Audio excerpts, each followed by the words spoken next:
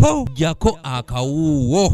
Clean energy, we mean energy that does not produce smoke or does not produce radioactive materials. Kampuni ya Sabo Group ekola amasannyalaze g'amaanyi g'enjuba okuva mu ggwanga lya Germany etongoza enteekateeka ey'okuzimba amasannyalaze g'amaanyi g'enjuba agawezaako megawatts 20 ku kyalo Kabende mu muluka gw'ekyakasa mu disitulikiti y'e Mubende.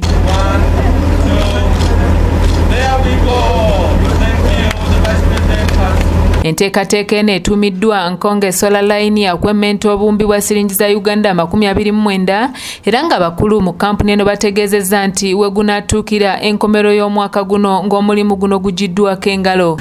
Solar energy is excellent to complement this production of hydropower, especially during the daytime when the sun is shining. It will improve grid stability, which is also essential for industry.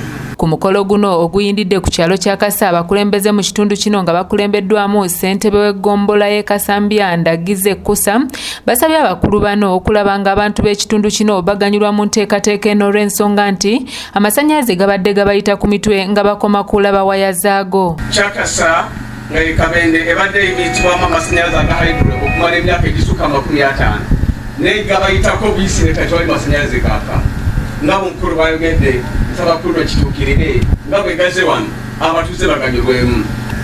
As Your Excellency already knows, we have offered the top leadership of our dear country a special initiative that would create over 100,000 jobs for young people in Uganda up to 2026. Babakulembeze abalala okuli omubaka omulondo wa district eno Nakazibwe Hope Grania ne ssentebe wa district eno Francis Kibuka Moti bategeezezza ng'enteekateeka eno bwegenda okutumbula district y'Embende naddala mu nsonga z'ebyenkulaakulana bwe bato ne basaba abantu okwettanira okutandikawo amakolero okubanga kati amasannyalaze agamala gafuniddwa. Bannamubende, all Ugandans, I want to invite you, since we have now enough energy for creating industries, let us do the needful in that line. I think we do the needful to make sure that we create many industries since we have power.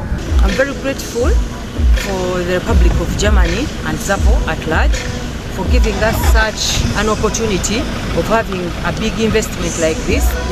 This solar line is going to generate 20 megawatts of power, solar. This is a very good thing to our environment, to the people of Kyakasa. General Chelsea Anjina nga yakiikidde General Salim Saleh ku lwa Operation Wealthy Creation asimye abakulu mu kampuni eno olw'okukola obutaweera okulaba nga basitula embeera z'abantu mu Uganda. We wish to clearly pronounce here that we fully associate with the Dr. Alobo with his outstanding group of the Sabo engineers and the Sabo group who are determined to bring transformative change for our peasants and the country at large. We therefore pledge to remain together in solidarity in pursuit.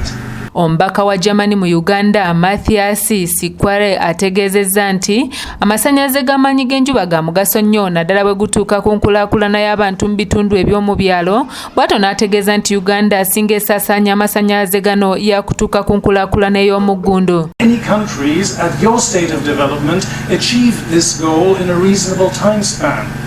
And the answer was yes in East Asia, but guess what?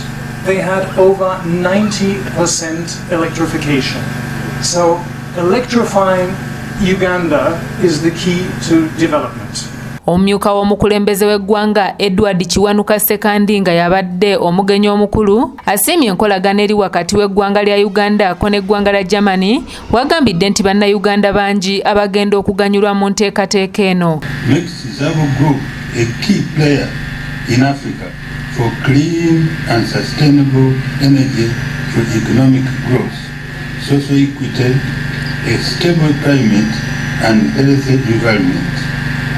This constitutes a high commendable contribution towards securing the future for prosperity of Ugandans. And these projects, jobs are being created and taxes paid for national development.